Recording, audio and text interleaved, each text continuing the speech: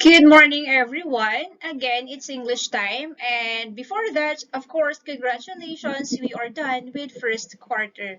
And I hope you will continue doing your best on this second quarter.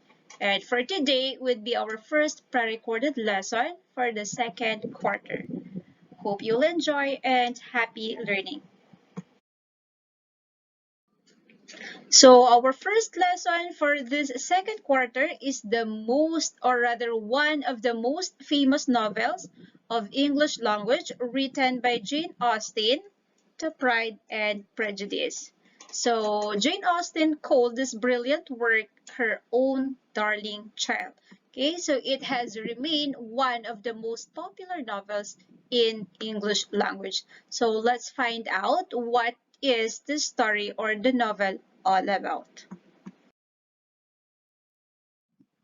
Pride and Prejudice is about the romantic clash between the two main characters, the opinionated Elizabeth and Mr. Darcy. So it is a splendid performance of a civilized sparring, and though it is mostly called a romantic novel, it can also be considered a satirical book. All right.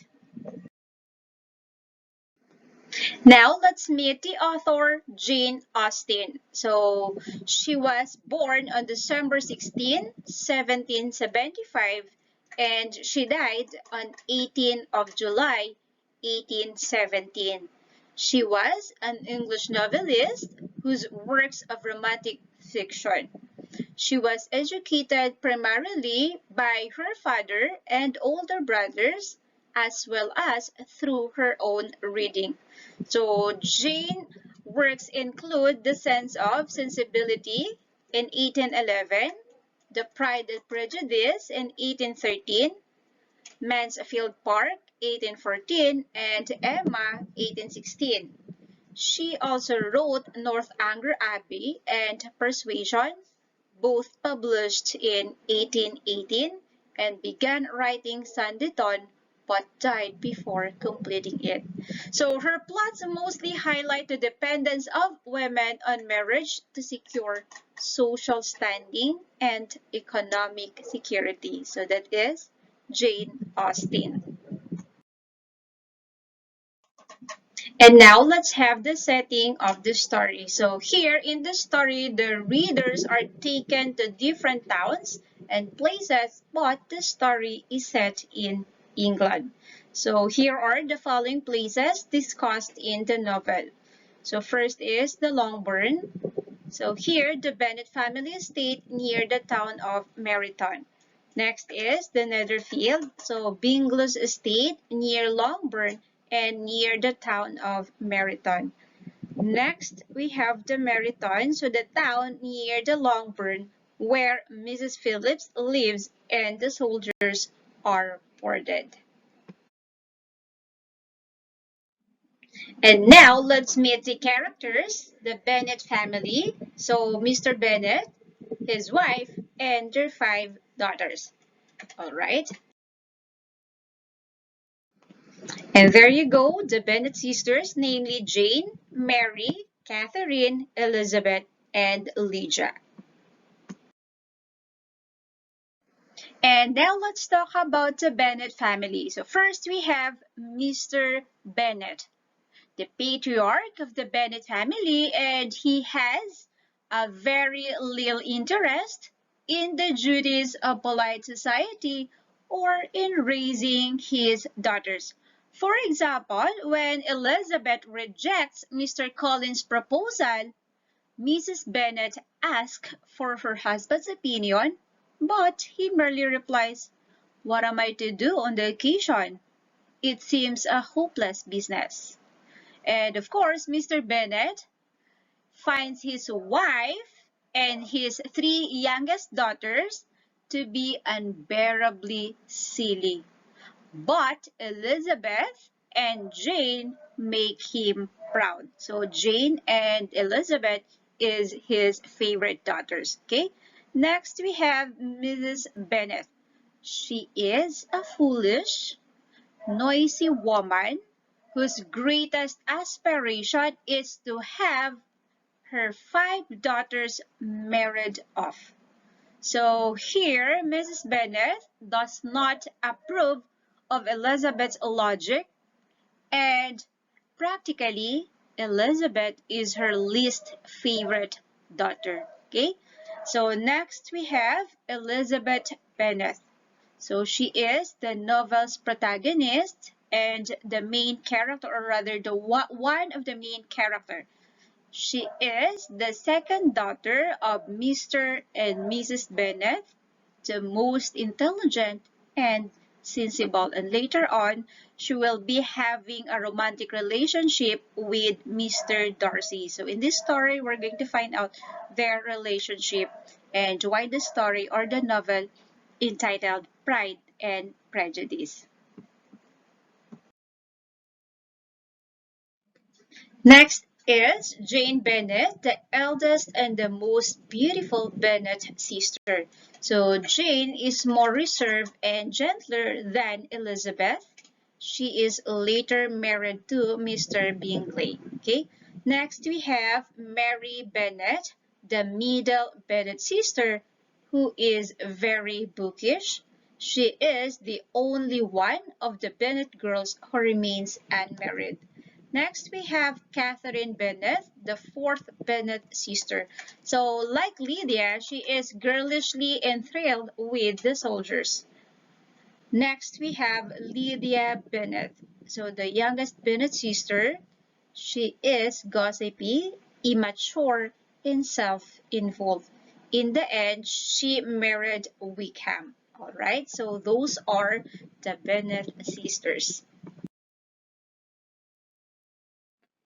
So next we have Fitzwilliam Darcy, or Mr. Darcy. So he is Bingle's best friend and the nephew of Lady Catherine de Bourgh. He is a very wealthy, handsome, and proud bachelor.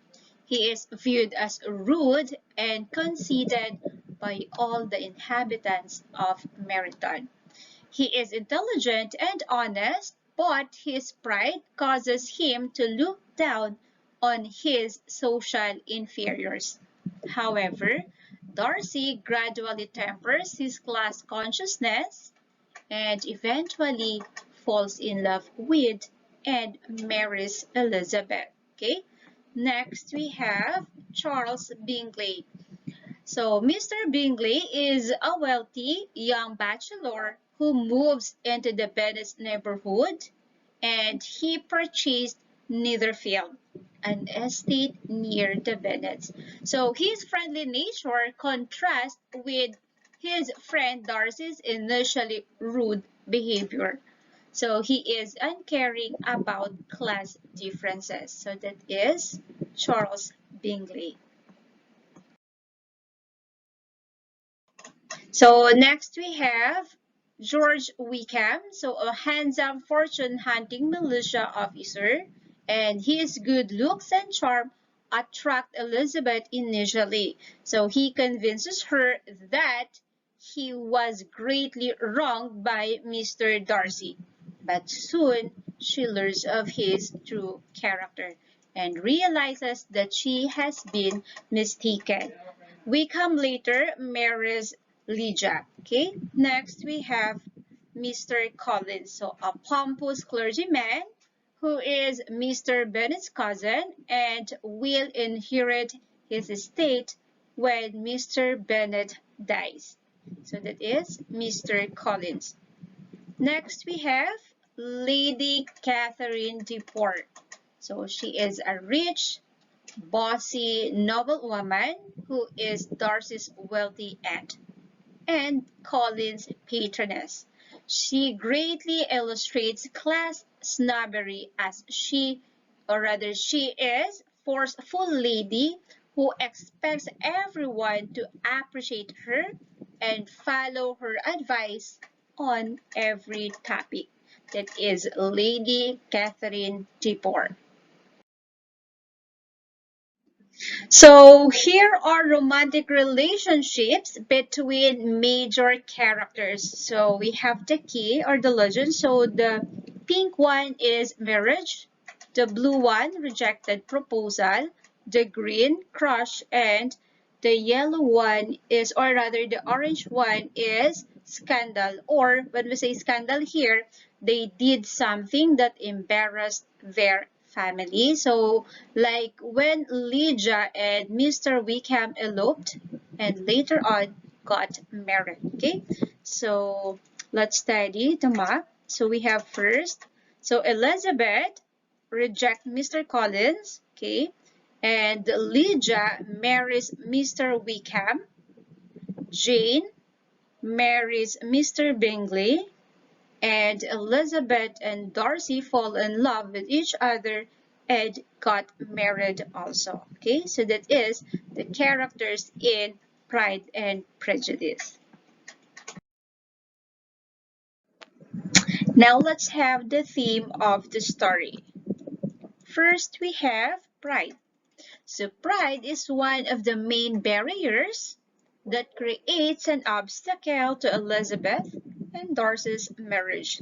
So Darcy's pride in his position in society leads him initially to scorn anyone outside of his own social circle. So as said in the words of Mary at the beginning of the novel, human nature is particularly prone to pride. Okay? So also pride prevents the characters Elizabeth and Darcy from seeing the truth of a situation and from achieving happiness in life. Alright, so next we have prejudice. So Pride and Prejudice are intimately related in the novel. So in the story, one cannot equate Darcy with pride or Elizabeth with prejudice. Darcy's pride of place is founded on social prejudice, while Elizabeth's initial prejudice against him is rooted in pride of her own weak perceptions. Okay, so that is prejudice. Next we have women and marriage. So the novel demonstrates how women need to marry simply in order to gain financial security. So it is very clear that Jane Austen believes that women are at least as intelligent and capable as men and considers their inferior status in society to be unjust. So she herself, Jane Austen, went against the convention by remaining single and earning a living through her novels. So she doesn't need to marry someone rich for financial security because she can earn a living on her own. Okay, so that is women and marriage. Next, we have family. So here, Austen portrays the family as primarily responsible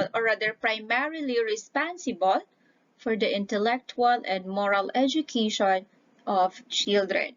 So here, Mr. and Mrs. Bennett's failure to provide education for their daughters leads to utter shamelessness, foolishness, and immorality like what Lydia did in the stories.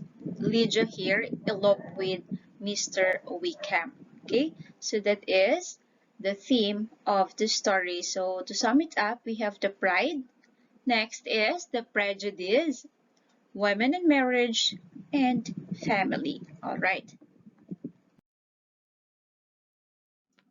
So let's summarize and analyze the first chapter of the novel Pride and Prejudice. So it was on your book and only an introduction for the novel.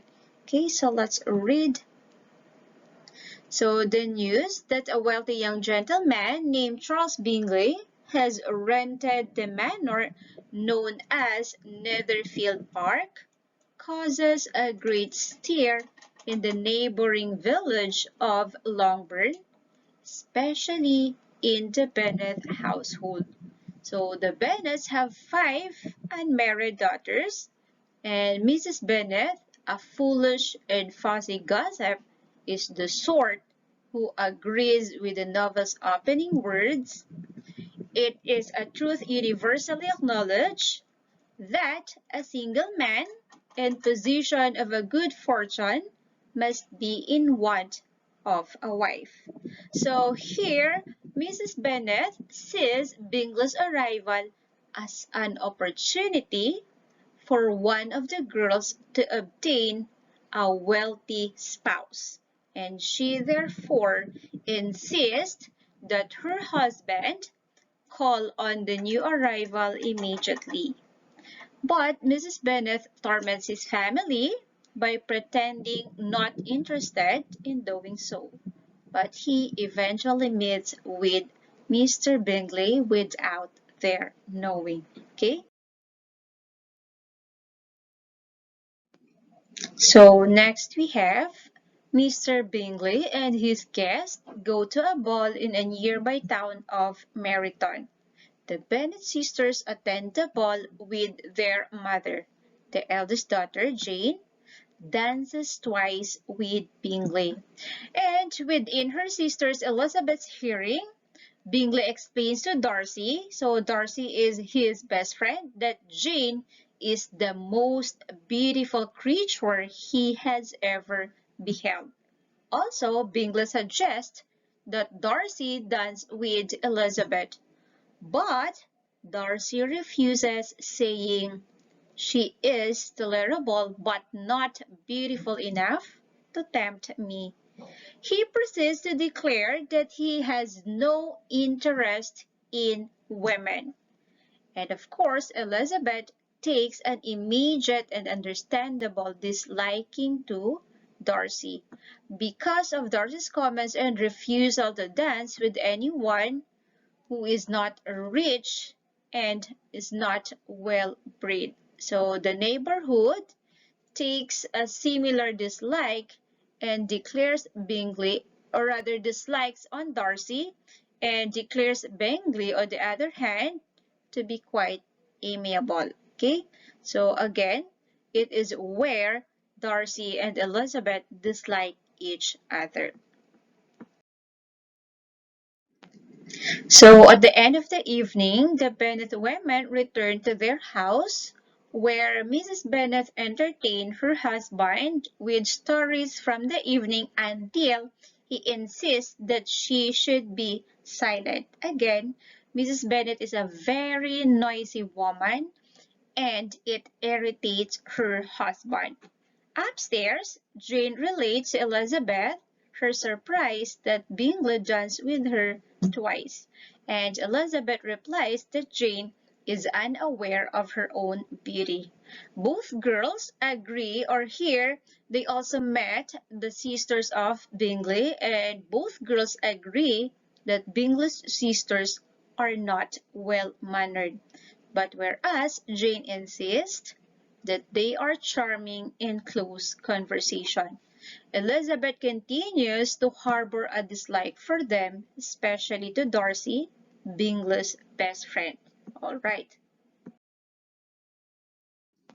So again, what we have read and analyzed is only the first chapter of the novel. Okay, so at the end of this slide, I will be leaving you a short video clip, and you have to watch it for you to understand the novel and the relationship between Darcy and Elizabeth. All right, so let's have some short reflection. So here, marriage is essential in England. So the claim that a wealthy man must be looking for a wife shows how desperately important it was for a woman to marry a wealthy man. So rather in Austen's time and Jane Austen's time, they had no other means of support. That is why women should marry wealthy men. Okay? And of course, we have Austen's original title for the novel was First Impression. So you will be asking why? Because in this individual's first impressions at the ball initiate the contrasting patterns of the two principal male and female relationship. So again, the ball at Meryton is important to the structure of the novel since it brings the two couples, Darcy and Elizabeth, Bingley and Jane, together for the first time. And also, romantic love in Jane Austen is often in conflict with social status. Okay, so that is the first chapter of the novel Pride and Prejudice. Okay, so I want you to watch a short video clip about Pride and Prejudice. You're too proud, Mr. Darcy. And would you consider pride a fault or a virtue? That I couldn't say. Because we're doing our best to find a fault in you. Maybe it's that I find it hard to forgive the follies and vices of others, or their offences against me. My good opinion, once lost, is lost forever. Oh dear, I cannot tease you about that. What a shame, for I dearly love to laugh. And the person with the quizzical brow? That is his good friend, Mr. Darcy.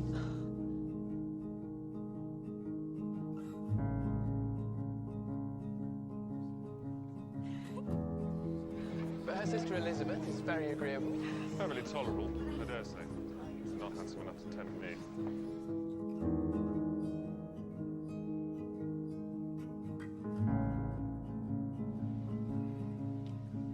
I wonder who first discovered the power of poetry in driving away love. I thought that poetry was the food of love. Of a fine, stout love, it may. But if it is only a vague inclination, I'm convinced one poor sonnet will kill it stone dead. So what do you recommend to encourage affection? Dancing. Even if one's partner is barely tolerable. Mr. Darcy. I can more easily forgive his vanity had he not wounded mine. But no matter, I doubt we shall ever speak again.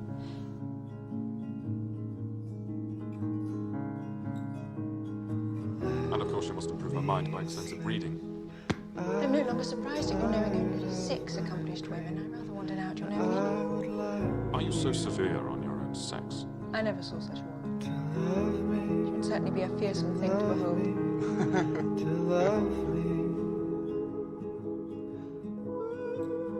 This is the night when these words sigh.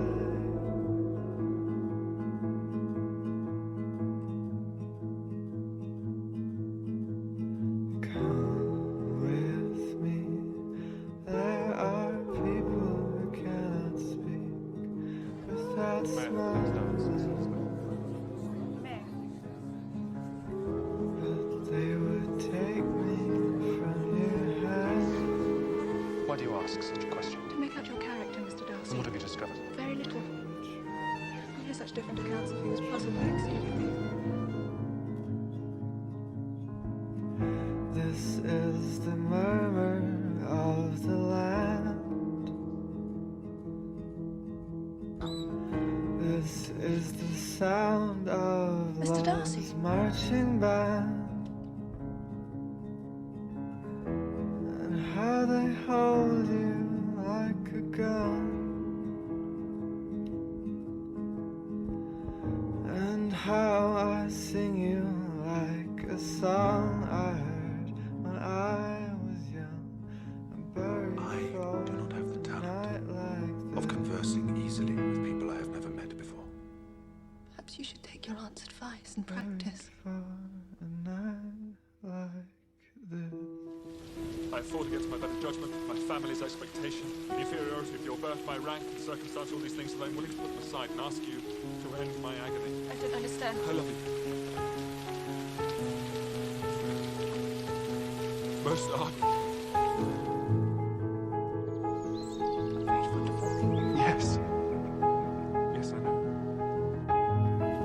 You expect me to rejoice in the inferiority in your circumstances? And those are the words of a gentleman. From the first moment I met you, your arrogance and conceit, your selfish disdain for the feelings of others made me realize that you were the last man in the world I could ever be prevailed upon to marry.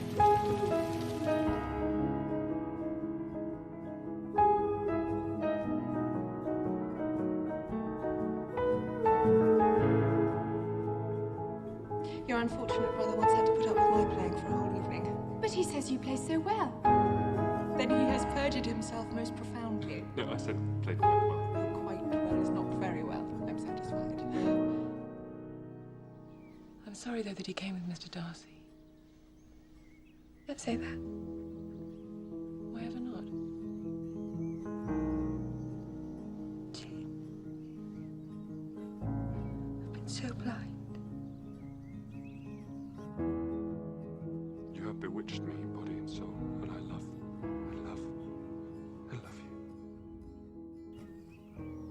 We've been so stubborn.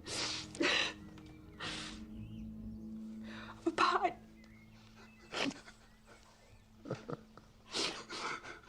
You really do love him, don't you?